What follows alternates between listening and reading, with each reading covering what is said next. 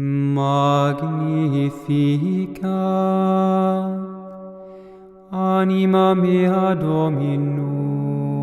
Et exultat. En nombre del Padre, del Hijo y del Espíritu Santo. Amén. Queridos hermanos, continuamos nuestra meditación sobre la santificación cristiana. Tengo en mi mano el Catecismos de Vida Espiritual, Catecismos de Vida Espiritual del Padre Gabriel de Santa María Magdalena Carmelita. En el capítulo 5, quinto, nos habla de Jesús, nuestro santificador. En la charla anterior hemos visto que la santificación viene de Dios en primer lugar, con la colaboración del hombre que recibe la gracia. Dios es el que produce lo sobrenatural, lo divino, la gracia santificante en nuestra alma. Pero Dios usa también intermediarios, bien como en el Antiguo Testamento, por ejemplo, utilizó el ritual judío, digamos, para comunicar su gracia, su ayuda. El Nuevo Testamento usa como intermediarios primero, el primero de todos, fundamental, es Jesucristo, el Hijo de Dios encarnado, hemos dicho. Segundo, usa a la Virgen, a los ángeles, a los santos y a la Iglesia, por él fundada, y a la Iglesia comunicó los santos sacramentos. Y esto nos hace realmente... nos hace mucha pena de pensar que nuestros hermanitos robados a la iglesia, hechos protestantes, disque evangélicos, ya no tienen nada. Ellos pueden tener directamente con Dios, pero sin pasar por el plan de Dios, ¿sí? Entonces hemos dicho que Dios sí nos santifica, nosotros colaborando con Él cuando tenemos uso de razón, pero Dios también usa intermediarios. El primero de todos, el Salvador por excelencia, es Jesucristo. Entonces ahora vemos este capítulo quinto de este catecismo, Jesucristo, nuestro santificador. Y en esta lección hay varias preguntas que vamos a analizar poco a poco, masticar. Hay 14 preguntas. Primero, ¿quién es Jesucristo? Bien, Jesucristo, ustedes lo saben, es el Verbo Divino, Hijo de Dios, segunda persona de la Santísima Trinidad, que asumió la naturaleza humana en el seno de la Virgen María y que, hombre como nosotros, vivió hace unos 21 siglos en Palestina entre los hombres y murió crucificado por ellos y resucitó. Muchas cosas en pocas palabras. Jesús, entonces, ¿quién es Jesús? Es Dios hecho hombre. Cuidado, el Hijo de Dios es Dios. El Hijo de Dios no es como el Hijo de un hombre. Dios piensa, llamamos Padre, su pensamiento, sabiduría, inteligencia, verbo interior, palabra interior, llamamos Hijo. Entonces, consubstancial al Padre, es Dios igual que el Padre. Dios piensa, es su pensamiento divino a Él, llamamos Hijo, ¿sí? Es Dios Padre, Hijo, se conocen y se aman. Este amor infinito de Dios llamamos Espíritu Santo. Entonces, hay un solo Dios. En Dios hay tres personas iguales en todo, mismo poder, misma sabiduría, misma ciencia, etc. Padre, Hijo, Espíritu Santo. Para que entiendan un poquito, el sol, por ejemplo, ya conocen este ejemplo, el sol es uno, sin embargo, el sol, desde que sol, es fuego, calor y luz al mismo tiempo. No podemos separar el calor del sol, ni el fuego del sol de la luz del sol. Entonces el sol es uno, es fuego, calor y luz al mismo tiempo. Dios es uno, Dios piensa, Padre, su pensamiento, sabiduría, inteligencia interna a Él llamamos Hijo. Padre e Hijo se conocen y se aman. Este amor infinito que une los dos llamamos Espíritu Santo. Entonces Dios Padre y Hijo nos santifican por su amor, que es su Espíritu Santo. Entonces, ¿qué pasa? El hombre va a pecar, y al pecar el hombre va a perder la gracia, la santidad, y Dios va a anunciar, prometer un Salvador, y ese Salvador se llama Jesucristo. Jesús significa Dios Salvador, de hecho, no tenéis, si no saben. Jesús significa Dios que salva, Dios Salvador, Dios encarnado. Un día un sabio alemán de esos perdidos, ateos perdidos, dijo, sí, como dicen, si Dios fuera tan bueno, se ocuparía un poco más de la humanidad. Y un católico le dijo, bien, amigo mío, buena noticia para ti, Dios es tan bueno que se hizo hombre y vino entre nosotros, se llama Jesucristo. Oye, caray, no sabía esto. Entonces empezó a estudiar, saber, y finalmente se hizo bautizar, se hizo católico. La gente no sabe que Dios, lo que Dios ha hecho por nosotros. Realmente Dios, el amor de Dios es tan grande que a pesar de haber sido el ofendido por el pecado de Adán y Eva, promete este Salvador. Entonces Jesucristo es Dios hecho hombre, encarnado hecho hombre. Es hombre como nosotros en todo menos el pecado. Menos el pecado. Jesús nunca pecó, claro. Entonces Él cargó, siendo uno de nosotros, pero siendo al mismo tiempo Dios, cargó con nuestros pecados para expiarlos en la cruz y merecernos la santidad, la gracia.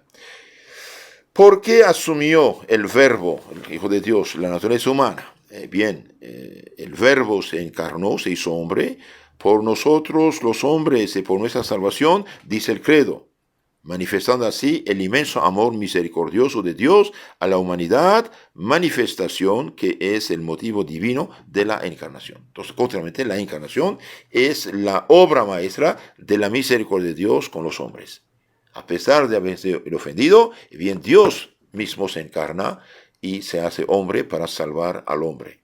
De este modo, el misterio de la encarnación redentiva, es decir, ordenada a nuestra redención, salvación, es por excelencia el misterio del amor. Tanto amó Dios al mundo que le dio su unigénito Hijo, dice el Evangelio de San Juan 3, 16. Tanto amó Dios al mundo que le dio su unigénito Hijo.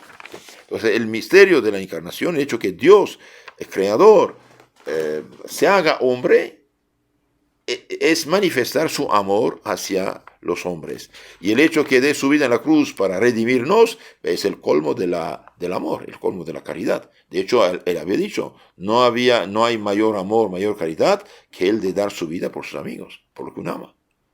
Entonces, cuando nosotros no perdonamos, cuando nos ahogamos en una gatita de agua, un vaso de agua, es ridículo. Miren, Dios ofendido perdona, Dios ofendido viene a cargar con los pecados de los hombres. Ahora, ¿por qué teníamos necesidad de la redención? Como es catecismo, entonces hace preguntas una tras otra, ¿sí? Y bien, por el pecado de Adán. Teníamos necesidad de redención, de rescate, de liberación, porque el pecado cometido por nuestros primeros padres, Adán y Eva, cabezas de la humanidad, había sumido la humanidad, la humana naturaleza, en una miserable condición.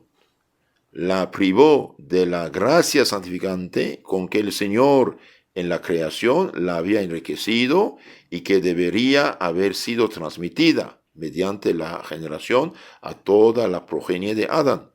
Y le dejó, en cambio, la triste herencia del pecado original que nos hace nacer enemigos de Dios y esclavos del demonio. Entonces Dios da la gracia y la santidad al hombre. El hombre la pierde por el pecado original, y bien, el hombre nace despojado de esto, herido, inclinado al mal. Y además queda esclavo de Satanás y enemigo de Dios. Es algo tremendo. Entonces, Adán y Eva, ¿qué transmiten a nosotros? Nos han transmitido la naturaleza humana despojada de los dones que Dios había dado. Despojada de la santidad, de la gracia, de este algo divino que nos ha dejado de Dios, despojada de esto, en esto consiste el pecado original. Noten esto. El pecado original consiste en el hecho de nacer sin la gracia, sin la santidad, separado de Dios, y por lo tanto, esclavos de Satanás y enemigos de Dios. Ese es el pecado original. Con sus consecuencias, inclinados al mal, heridos. Entonces, Adán nos transmite la naturaleza humana herida y despojada.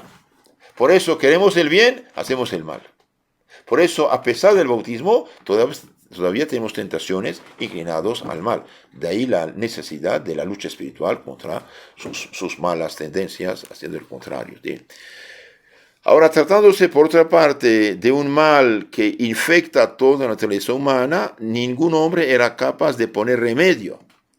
Entonces, este mal del pecado original infecta la naturaleza humana, ningún hombre puede remediarlo. Pero Dios mismo envió a su Hijo a efectuar nuestro rescate y a reparar el orden sobrenatural de la gracia destruido por el pecado. Entonces, Cristo se hace hombre para restablecer el orden primitivo, hacernos otra vez hijos de Dios, abrir delante de nosotros la puerta del cielo, cerrar del infierno y expulsar el demonio de nuestras almas y darnos poder y fuerza para resistir a sus tentaciones y llegar al cielo. Nadie puede hacer esto sino Jesucristo.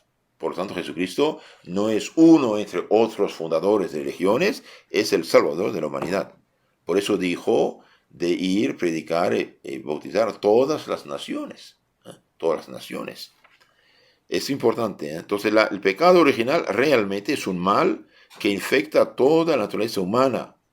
Ningún hombre es capaz de remediarlo. Entonces, esto que budista, yoga, reiki, esas cositas, hay algo natural, pero concretamente nunca tendrán jamás el Espíritu Santo ni la gracia ni los pecados. Es una cosa muy, muy humana y peligrosa, porque finalmente pretenden tener algo que no tienen.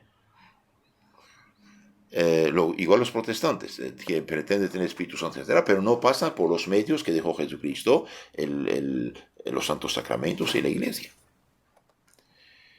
Bien, continuamos. Pero Dios mismo, dijimos, envió a su Hijo a efectuar nuestro rescate y reparar el orden sobrenatural de la gracia destruido por el pecado. Cuando hablamos de rescate, hoy no nos damos cuenta. Muchos hoy, herederos de la civilización cristiana de 20 siglos, ¿de qué nos sacó Cristo? ¿De qué miseria? Bien, de todas las miserias, no solamente espiritual del pecado, y también en lo humano. Por ejemplo, que yo sepa, todos los pueblos antes de Cristo y fuera de Cristo habían practicado la esclavitud. Compraban, vendían el hombre, el ser humano, como un animal. Incluso los mismos cristianos fueron iniciados por paganos, musulmanes, otros, a hacer esclavitud. La iglesia siempre luchó contra esto y gracias a Dios se logró evitar la esclavitud. Pero antes de Cristo, todas las naciones que yo sepa, bien, vendían y compraban los hombres. Cuando un pueblo caía, vencido en la guerra, bien los llevaban como esclavos. Los vendían, los compraban en el mercado. El esclavo no era un hombre, era un animal con habla humana. El dueño tenía derecho de vida y muerte sobre el esclavo, la esclava. Como usted tiene el conejo, tiene el pollo, tiene la oveja, bien era el hombre un animal con habla humana al servicio del patrón. Cuidado, entonces Jesucristo realmente es el civilizador, el rescatador, el redentor de la humanidad. Y todo lo que han tomado de lo bueno del cristianismo hoy, quieren vaciarlo del elemento cristiano, pero no funciona. E incluso lo que llamamos hoy derechos humanos, etc., esas son ideas cristianas hechas locas. Tomaron todo desde el cristianismo. Cuando San Pablo dijo, no hay judío, no hay griego, no hay esclavo, no hay libre, todos son hermanos, y ahí puso el orden. ¿Sí? Jesús viene a rescatarnos a la vez de la miseria humana, de la injusticia de los hombres, y también del pecado y del demonio. En efecto, Jesucristo, con su pasión santísima, con su pasión cruz, sobre el madero de la cruz, nos mereció la justificación y satisfizo por nosotros a Dios Padre. Entonces, Jesucristo muriendo en la cruz nos ha merecido el perdón, la gracia, nos justificó, de culpable pecador nos hace hijos de Dios y ha pagado la deuda de nuestros pecados. Por ejemplo, un hombre que peca mortalmente, bien, al pecar mortalmente, ofende a Dios. Al ofender a Dios, ¿qué pasa? Bien, merece el infierno eterno. ¿Y quién va a pagar la deuda que corresponde al fuego eterno, al infierno eterno? Es Jesucristo. En la confesión nos perdona. Cuando una persona está en pecado mortal, bien, ofende a Dios de tal modo que toma el camino de la perdición. Bien, al confesarse arrepentido, es Jesús que paga la deuda del rescate del infierno eterno. Cuidado, no es cualquier cosa. Por eso la más grande caridad que puede hacer un católico, una católica, un religioso, religiosa, un sacerdote, etc., es ayudar a las almas a tomar conciencia de esto y confesarse para libertarse de sus pecados. Y la más grande caridad que podemos hacer es poner las almas en estado de gracia y sacarlos del pecado. Hoy hablan de otras cosas, pero es secundario. ¿Por qué? Porque cuando el alma vive en gracia, vive como hombre. Respeta los derechos humanos, en buen sentido. Porque la persona que vive en gracia, en caridad, no va a robar, no va a matar, no va a fornicar, no va a tomar los bienes ajenos, no va a considerar brujos, hechiceros, no va a detestar, odiar a su prójimo, no va a emborracharse, no va a drogarse, no va a dejarse corromper. Y realmente se hace hombre justo, justo. De ahí la justificación y santificación van juntos. Bien, ¿qué comprende la obra de nuestra redención? Otra pregunta. La obra de nuestra redención comprende especialmente dos cosas. Noten esto. La reparación del pecado, que separa a la humanidad de Dios, y la restauración del orden de la gracia, que la une a Dios. Entonces, la redención comprende dos cosas. Una, repara el daño que nos hace el pecado, que nos separa de Dios. Entonces, reparación del pecado que separa a la humanidad de Dios. Cristo, al morir por nosotros y al aplicar mediante los sacramentos su salvación, nos une, nos reconcilia con Dios.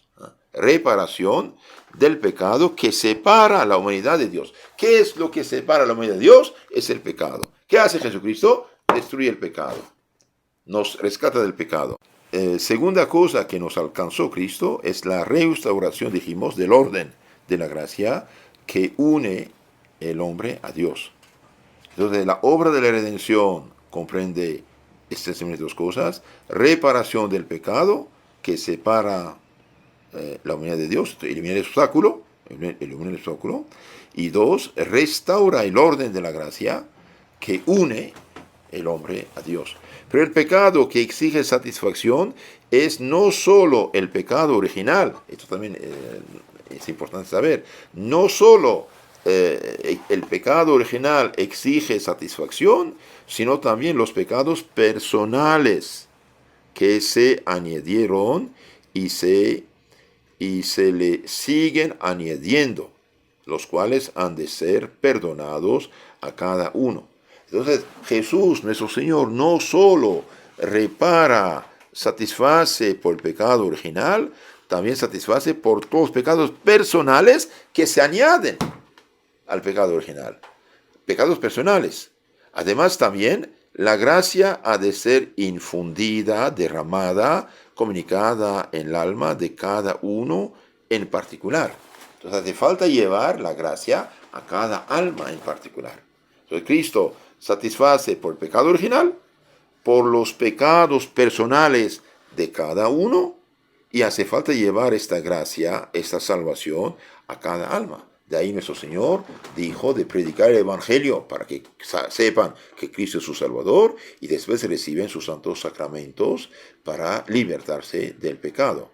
Ahora, el bautizado, claro, recibe la gracia de la santidad, se une a Dios con la fe, esperanza, caridad, etc. Por la gracia se une a Dios, pero si pierde la gracia por el pecado mortal, necesita un sacerdote para confesarlo.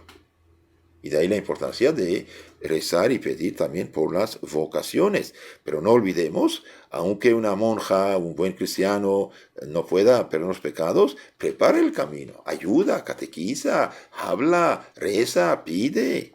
No es que solo te haga.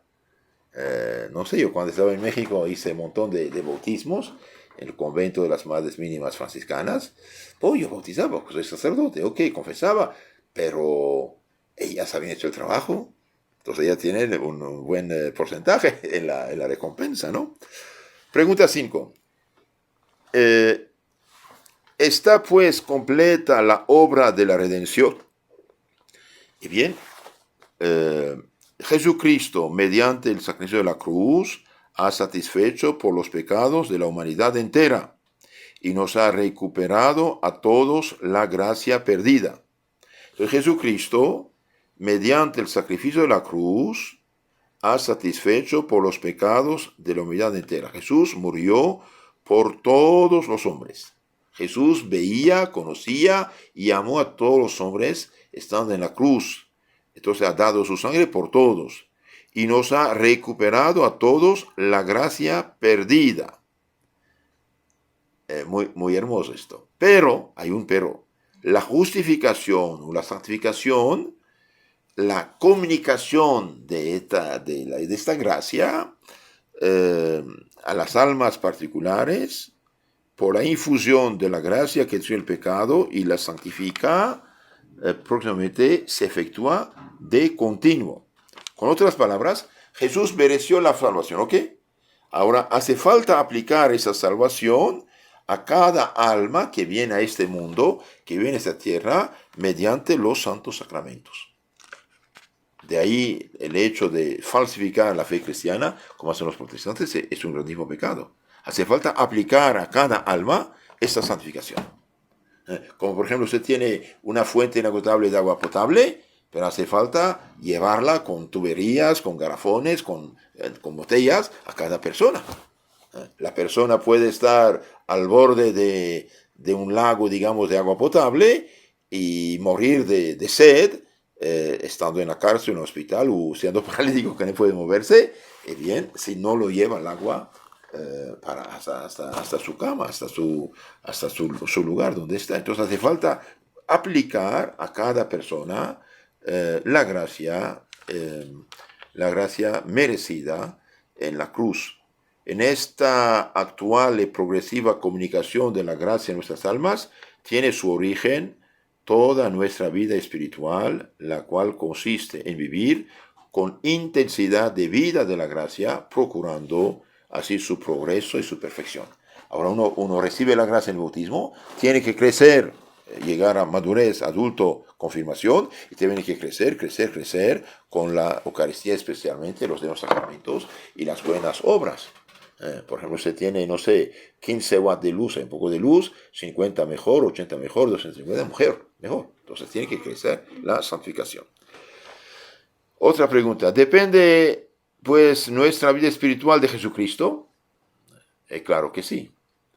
Siendo la vida espiritual la intensificación de la vida de la gracia, la cual se deriva toda de Cristo, toda naturalmente dependerá de Cristo. Toda la vida espiritual, en sentido espiritual, no operación del alma humana, sino de la santificación del alma, toda la vida espiritual de santificación viene de Jesucristo. Y no solo depende, sino que tiende a asemejarse a Él progresivamente, siendo el mismo Jesús quien, con su doctrina, nos guía en ese trabajo de asimilación. Entonces el cristiano tiene que asemejarse a Cristo, cristificarse. Un día San Francisco de Sales predicaba en París y una protestante dijo, quiero hacerme católica. Entonces, ¿por qué? Dije, no es posible, el Padre Francisco siendo tan bueno que no sea en la verdad cristiana. Y es verdad. Cuando uno ve a un cristiano, una cristiana, una persona bautizada que actúa con tanta caridad, bondad, mansedumbre, misericordia, dice, ¿qué es esto? Ahí es un discípulo de Cristo. Por eso un cristiano primero debe vivir en estado de gracia y segundo debe ser constante en la progresión en la vida espiritual. Así pues Jesús es la fuente, el modelo y el maestro de la vida espiritual. Entonces esto que es budista, reiki, esto, aquello, son invenciones humanas. Pretende pero no tiene nada. ¿En qué sentido es Jesucristo la fuente de nuestra vida espiritual? Jesucristo es la fuente de nuestra vida espiritual, no solo porque nos la ganó muriendo en la cruz por nosotros, sino también porque nos la comunica actualmente. Esto se verifica mediante un doble influjo que ejerce Jesucristo en nuestras almas, el primero mediante lo inmediato e visible, el segundo inmediato e invisible.